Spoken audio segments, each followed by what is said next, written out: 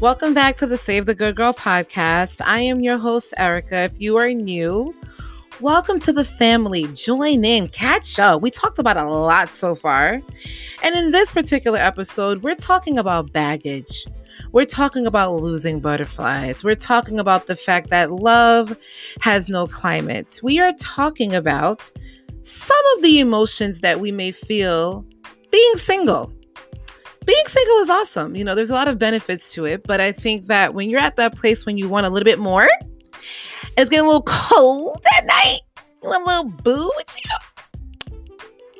can get a little discouraging. So we're going to tackle this today in this particular episode. Stay tuned. Being single. I mean, this is a topic that can go many directions. I wanted to focus primarily on some of the emotions that we feel when it comes to being single. And these emotions more so like when you want love and you want it to change. So there are some people who are like, I love being single. Like, I don't want nobody holding me down. I don't really, I just want to chill. And that's fine. Like, listen, I think it really depends on where you are. Like, it really depends on where you are. But I think when you really long for something and you have grown and your expectations have changed and what you're looking for in a partner has also changed, what you need has changed. Being single can be a little challenging. Like, I feel like when I was younger, I don't think I had like very huge like expectations like that. I would say like in the 20s and stuff, like you're cute, you got a job, it seems like you have a future going for you. Cool. Like cool. All right. I could talk to you. I could entertain you. And it's like, you get to a place where you don't want to entertain people when you want something serious because you have done some work for yourself. You're trying to get to know yourself better. And then you start to fine tune certain characteristics you really want in your partner because, you have seen certain things and you're like, listen, this is really what I want for myself. And can I really be with this person to grow into something like marriage, if this is where you want to go? And when you think about marriage, it's like you're spending the rest of your life with this person. Of course, we're talking about like not getting divorced, if, hopefully not, even though in this particular generation, people give up so quickly. It's sad. That's another episode. So, so it's like, it's very tricky. And I really wanted to talk about baggage because I feel like when I talk to people who are single, I hear a lot about, well, I have this going on and that going on and this happened to me and this happened to me. And I don't know if my partner can deal with that. And before the person can even enter their life, they already made a decision for them. And I don't think that's fair. I feel like baggage is not the issue. Not knowing how heavy your bags are the issue. And then not explaining that to your partner is the issue. So let me give you an example. Let's say, for example, you are moving, okay? And you tell someone you need help. And depending on how many boxes you have, you will determine if you can either go back and forth with a vehicle or you may need a U-Haul truck, right? So you determine, let's say you have like 8 boxes of items. So you tell someone, I need help to move, and they get there and they're not expecting 8 boxes. They're probably expecting a box or 2. So now it's like this unexpected load of items. And it's like, well, do you want me to physically carry 1 box to the next state? Like, how do we do that? Versus, that you have 8 to 10 boxes, huge boxes of items because you're moving. And we could have planned to get a U-Haul truck. Although it's heavy, although it's a lot, we would have made it work. And I feel like that's how I view baggage. The issue is that people do not know how heavy their baggage is. They don't know the support that they need because they never really thought about it. They just packed all their shit and expect the other people to just deal with it. And it doesn't work like that. When you see other people in life who have been through so much and they have like baggage, you're talking about like baggage, and then they somehow are able to meet their partners and fall in love and get married and they're able to make it work. How did that happen, right? Like, you think about it.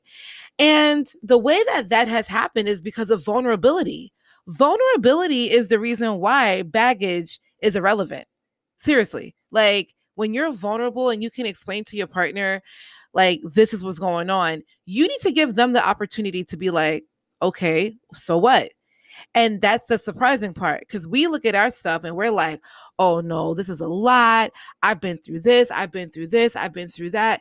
And automatically in our minds, we already write it off like, oh, this is will be too much for someone else. And then you're telling them all of these things and they're like, so that's it? Really? And you're like, what? You know what I mean? Like, oh wow, like you don't really, this doesn't bother you? Okay. The fact is this: everyone has baggage. Everyone comes with something. If you are a living human being on this earth, you have baggage. Your baggage may not be as severe or heavy as others, but we need to understand that there's a process to transport our items. It depends on, can I carry your baggage with my two hands? Can I carry your baggage in my vehicle? Do I have to put the baggage on top of my vehicle? Do I need to get a U-Haul truck or do I need a moving company? Because it's just that much shit. Either way, no matter what route you take, the point is there's solutions to the baggage. We can clear it out. Like there's no such thing as too much baggage. Like we eventually can clear it out.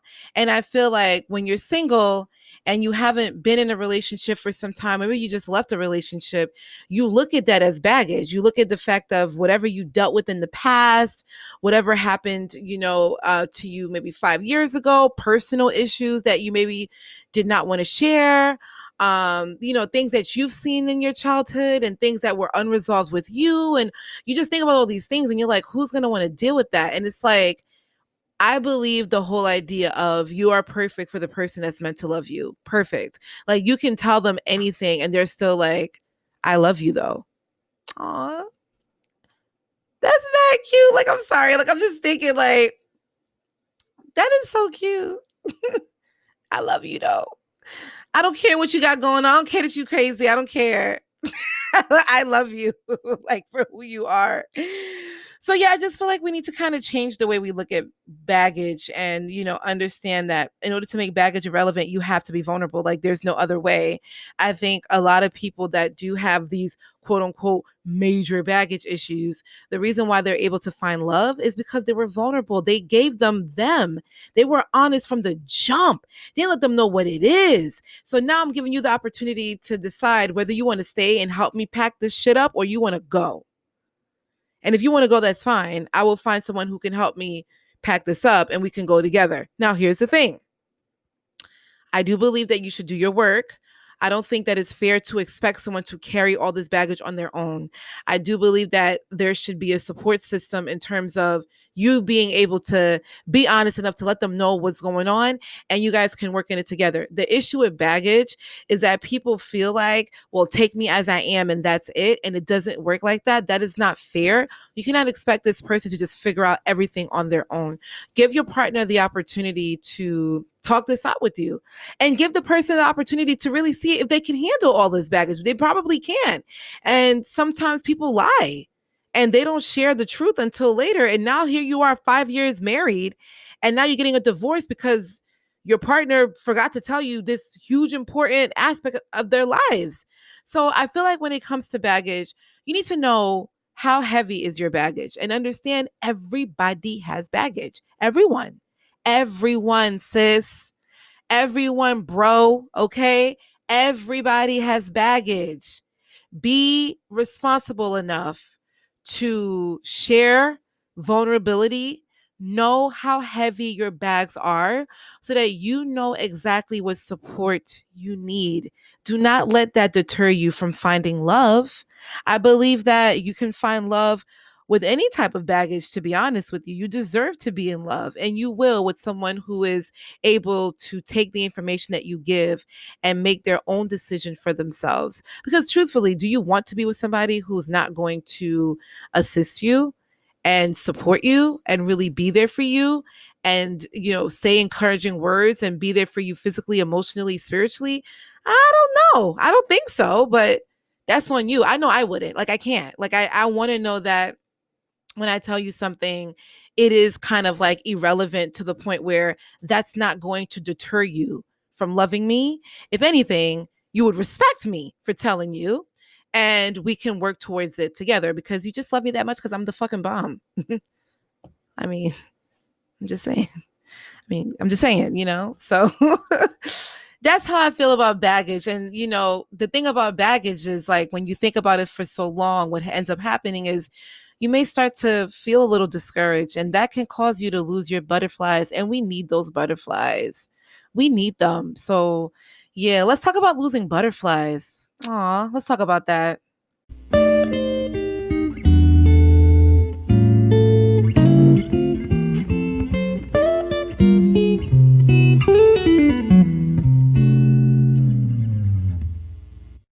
We will get back to this fabulous episode, but I just wanted to let you know that you can find Save the Good Girl on Instagram, Facebook, Twitter, Pinterest, and YouTube. There is also a chance for you to be featured on the show. Check out the link in the description to send me a voice message. In addition to the podcast, did you know that Save the Good Girl has a blog? Be a part of VIP by subscribing to the email list on SaveTheGoodGirl.com. So many options to stay connected. All right, let's get back to the episode. Losing butterflies. Oh, yeah. So that's hard. I think when you really want something and you want to have that love and you're longing for that love and it's not happening and you don't know what to do. Like you don't like, I know for me, I don't like, it's a little interesting for me. So let's say, for example, someone tells me about an event and they're like, oh my gosh, there's going to be a lot of guys there. Like, you should go. This event has a lot of guys. I'm not going to go because I feel like I'm not trying to like have these expectations. And then it's like, oh, I go there and now you're searching for something and you don't get it. And then it's like with the dating apps, that can be also very tricky. And it's like, oh my God, like, why can't I just find someone that I truly connect with? Like, I can be me and that's enough. So when you think about all of that and just your growth system, if you're in that place where you do want something a little bit more, you start thinking about the true elements you really want in a partner and how you want to feel, how you want to be treated, and what the relationship will bring to you, will bring to your life. And in most cases, when that is not happening as you wanted to, and you're seeing everyone around you who's either getting married or engaged or new relationships, and you're like, I mean, did you guys forget about me? Like, what's happening here? And sometimes you don't know what to do. And with that being said, you start to lose butterflies. I mean, it's there, but it's very, it's not as heightened as it used to be. And um, there was a time where I do vision boards and stuff like that. And I have my vision boards, and in my vision boards, I have like wedding dresses. I have like one of the pictures was a girl getting ready with her father. I have traveling. I have a whole bunch of stuff on there. But for the love part, I have the wedding rings. I have like a family picture on there because that's really what I want.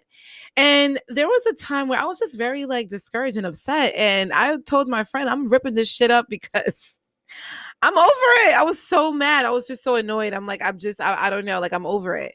And I just feel like, because I was already losing my butterflies, the vision board didn't do anything for me anymore. The whole point of the vision board is to help you put everything that you've always wanted, put it out there in the universe, to be very positive about it. When you look at it, it brings some kind of joy to you. And it didn't. It was actually making me upset. And I really wanted to rip it off my wall. Like, I was at one point, I was just very upset about it. And my friend was like, Erica, like, do not do that. If you feel that way, I'll take it and hold it on, hold it for you before you rip it up. And I'm like, I'm ripping this up because I was over it. And I think that I want something authentic. I feel like most people do. Like, you just I don't want to do any work. I know that sounds weird, right? I don't want to. I want it to be so organic and so chill. Like, we meet each other and it's like a really great vibe and a really great connection. And because of that mindset that I had, I was starting to lose my butterflies because you're yearning for love and you want love and you believe in love. But now it's like you're just not fully there. And then like R&B music, I love R&B music. It really like it draws to me. And at one point it didn't do anything for me. Like it just nothing was working. And I felt like I was losing my butterflies. I was losing the essence. I was essentially losing hope. And in my situation, what kind of helped me kind of like I'm not gonna lie, I go back and forth, but what kind of helped me regain my butterflies and my faith and my hope is when I see others in love, because it really displays to me like this is happening. It's going to happen. But this is something that I had to constantly change my mind in, because it's really not easy to be in that place where you want something so bad and it's like not happening, and it's like you've done the work before and now you kind of don't want to do the work, so you end up losing your butterflies a little bit. And I think that, during this time of being single, yes, you should work on yourself. You should do all the things that you want to do. You should always improve yourself in any way, whether you want to be in a relationship or not. Like just for you, you should always work on yourself. But I'm not going to lie, it's nice to have someone that supports you. Like you can have an amazing support system. You can have the best girlfriends, you can have the best family, but it's nice to have someone that's really there for you in a romantic level? And I think that when sometimes that's not moving at the pace that we want, it definitely, definitely can be discouraging, because it's like knowing what you want, but you don't know how to get there, right? So it's just kind of like, what should I do? Like I did the vision board, I'm being positive, I've done the dating apps, I've met people in different events, and it's just not clicking. And I think that sometimes it could be you, it could be your mindset, it could be the way you think about it, because that drives everything. Like I talk about this all the time because it really does. And I had to change my mindset, because my mindset wasn't healthy. If I want to attract this particular love into my life, I can't think like that. Like I can't want to rip vision boards, and I see things and I'm like, I'm over it and I just want to rip it. I have always been a hopeless romantic since I was born. I love love. I love all the Disney movies. I love the happily ever after, and I love seeing people in love, actually, because it reignites my fire. Like I feel like whenever I am down and I see couples, and I always ask them like, what drew you to this person? Like, how did you know this person was the one? And everybody's response is so different and unique. And I'm just like, yeah, like I want someone to, I want to feel that way about someone, and I want this person to feel this way about me. So I had to change the way I'm looking at things. I still do, if I'm going to be honest with you. Like it's not easy. So I have to change the way I'm looking at things. But I will say that losing your butterflies or losing that kind of hope, it happens. You want a partner that's like, for me, I want a partner that's going to be the coach, the cheerleader, and be in the audience. Like that's the kind of support system that I need. Like I need you to do cartwheels for me. You know what I'm saying? And you start to lose your butterflies when your expectations are not being met. You're seeing what people are dealing with. You're watching these things and you're like, my expectations are a little different. Because with being single, what I will say, one of the benefits is you have a clear view. You're not comparing yourself to anything. And I realize a lot of times, not everybody, but some people in relationships, they like to take a situation and apply it to theirs.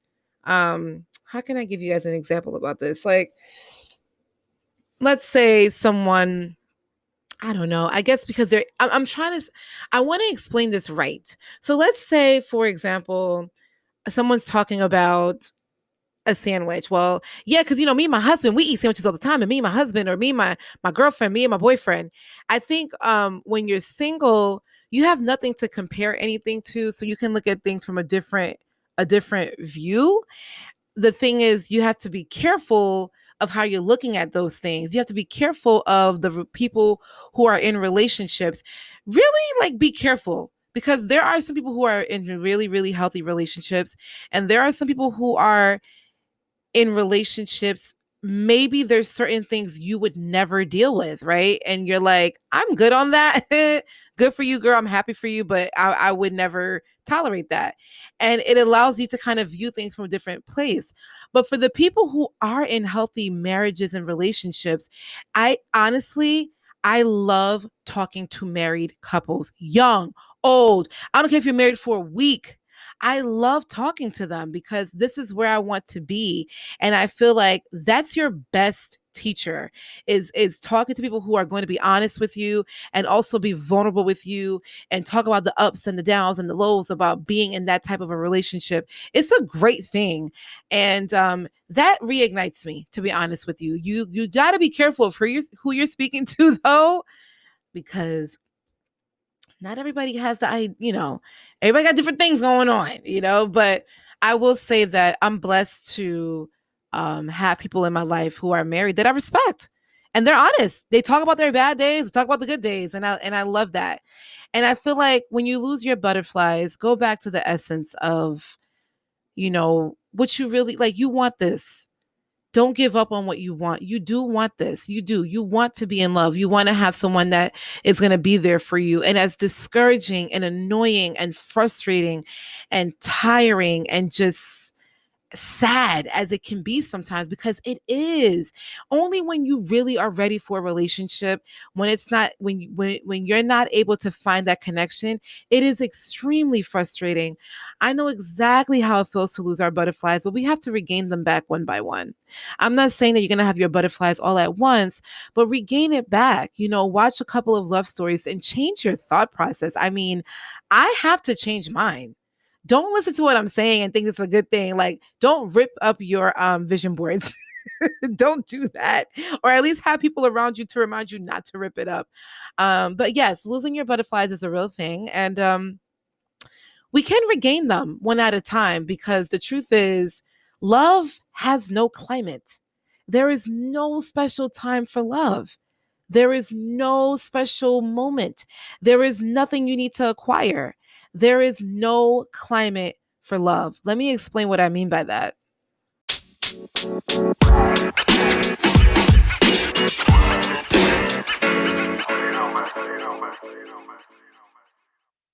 For so many years, I used to think that in order for love to come to my life, I had to have certain things in order.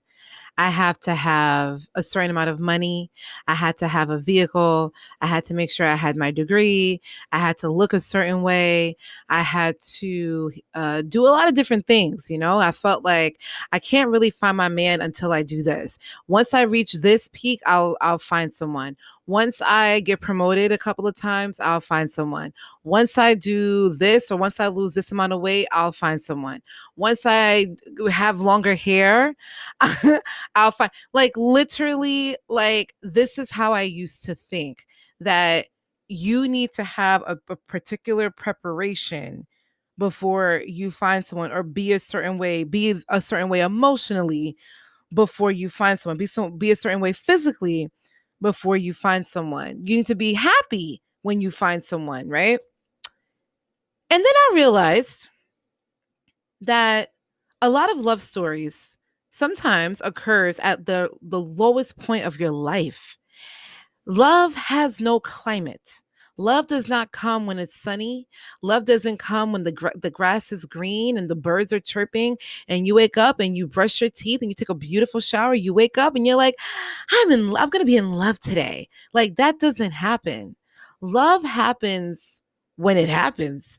And I've heard amazing stories of what people have been through and they're in love. I have a cousin who met his wife while he was in the hospital. He was in a really bad accident. Thank God he is okay now. But he was literally in the hospital and he fell in love with his wife currently now. They are together. She would always visit him and they were like friends. And, they kind of like reconnected through another friend, and she's in the medical field and she'll just come visit him. And they fell in love while he was in a damn hospital. This guy is in the hospital. I've heard situations where people were at their lowest point of their lives. I mean, sad, crying, I mean, depressed, going through so much shit. And they were still able to find love. And I think that, it brings me comfort in knowing that, because AKA being you is enough. That's why love has no climate, because it doesn't matter where you are. It can happen, right? That you work on something and then, yeah, you may find love. There's people that are plus size who are in love, skinny who are in love. I used to always think about stuff like that, like, oh, I need to be this or I need to be that. And the reality is, people, I mean, love is love. Like, it's beautiful.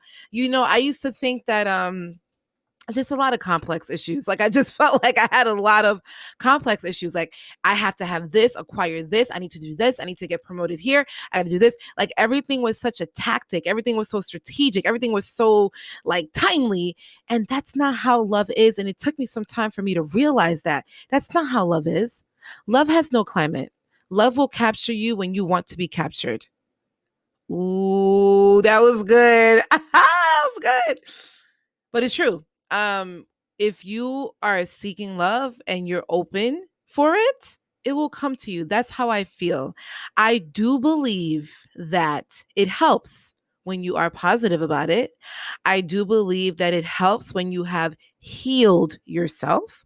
I do believe that it helps when you know who you are, because then you will come into the process of being what the other person really wants you to be. And that's not authentic love.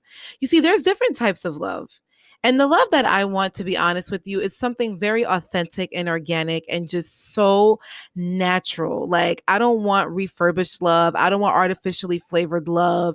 I want 100% natural. Like, lemonade, like you go outside, you squeeze the lemons yourself and you make your own drink type of love. Like, that's what I want. Organic, natural, sincere, easy, flowy, you know?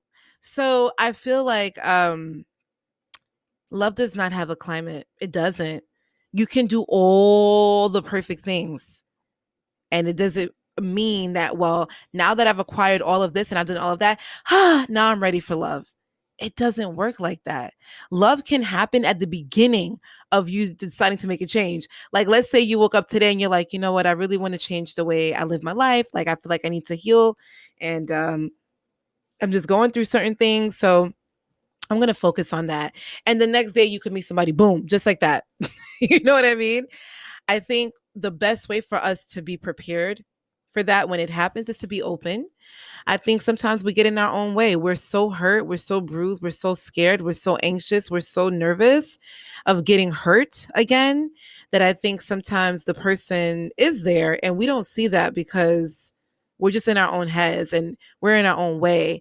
And I think one of the things we can do is to clear our headspace so that we have the opportunity to see and feel what's happening in front of us and be open to it. And don't be so challenging. Don't be so difficult, right?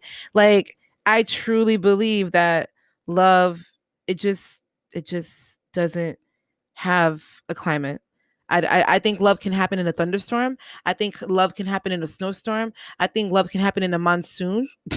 you know, I feel like you are really just you have to really just be in a place where your eyes are open, your heart is open, and you're willing to listen, and you're willing to receive it. And I think sometimes love can be delivered to you, but because of our own mental blockage, it's a lot of traffic and it's hard to get to us. So are there certain things you can do while you're waiting? Absolutely. But understand that you can have your whole process of being Miss Perfect or Mr. Perfect, and it doesn't work like that. You don't need to have a certain amount of money or a certain amount of this or certain just for love. It does not work like that. So being in a place of understanding and being in a place of being raw and honest with yourself and being open, that's your only responsibility. Be open, and do you deserve love? Do you feel like you deserve love? Someone asked me that question and I instantly was like, yeah, I feel like I deserve love. And then I thought about it and I was like, oh my God, do I feel like I deserve love? And it just opened up a whole thing for me because I was really like going deeper within myself. And yeah, do you feel like you deserve love? Right? Like, the reason why I feel like love can happen in a thunderstorm is because you'll be in a thunderstorm and then somebody comes with the umbrella and they open it for you and y'all walk together in the rain. I mean, I know it's wet and all of that, but it's just so cute. So cute. So as as as discouraging being single can be at times, I truly believe that being you is the most beautiful thing you can be. Being honest, being vulnerable, being open, still working on you, but still having that, like, you know what, I do want this.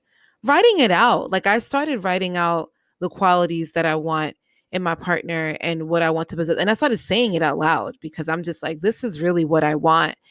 And I do believe that I will receive that. And I can't wait. And, get inspired, talk to people about their love stories, watch different videos about it. Like, surround yourself with it from a positive standpoint and understand that, this can and it will happen for you if you want it to. Being single has its ups and downs and around town. And I will say that when you're at the point of your singleness where you want this to change, that process, that journey is not easy because meeting men is not hard. Like, let's just be honest, it's not hard. Meeting your partner that you have a connection with, that you can see yourself growing with, that's the challenge. You can meet people today. Like, we have too many resources with apps and Instagram and all these dating apps and all these people and all these places to meet people. Like, that's not the problem. The problem is you want someone that you connect with. You want someone that is going to just love you for who you are. You want someone where the connection is easy and it's simple. But we got to change our mindset about this whole perfectionism state. Love does not have a climate. You can find love in any space that you're in. Your only responsibility is to be open, be responsible with your emotions, allow this person to come in and enjoy being loved the right way.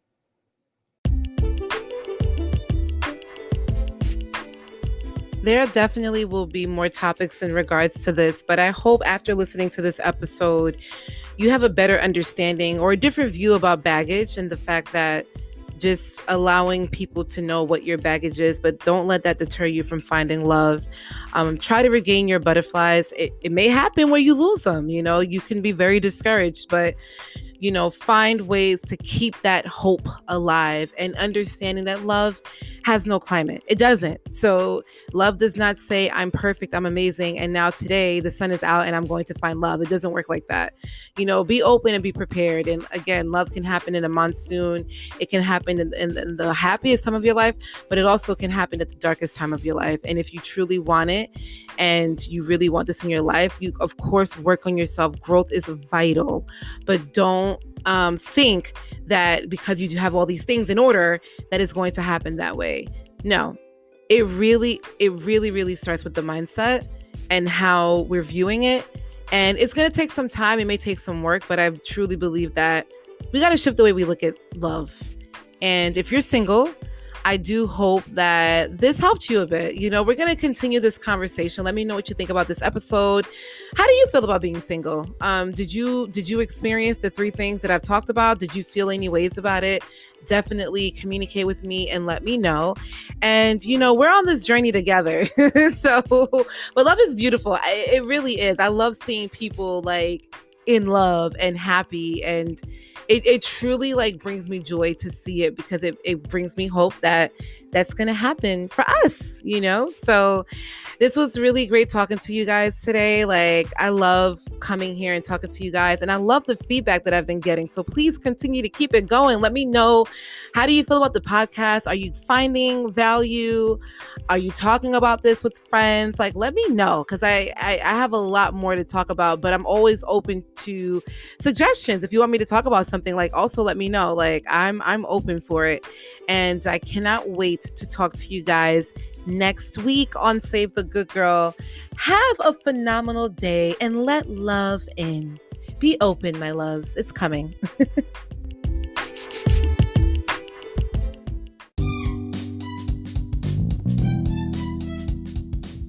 I feel like we're connecting, so let's make sure we're connected.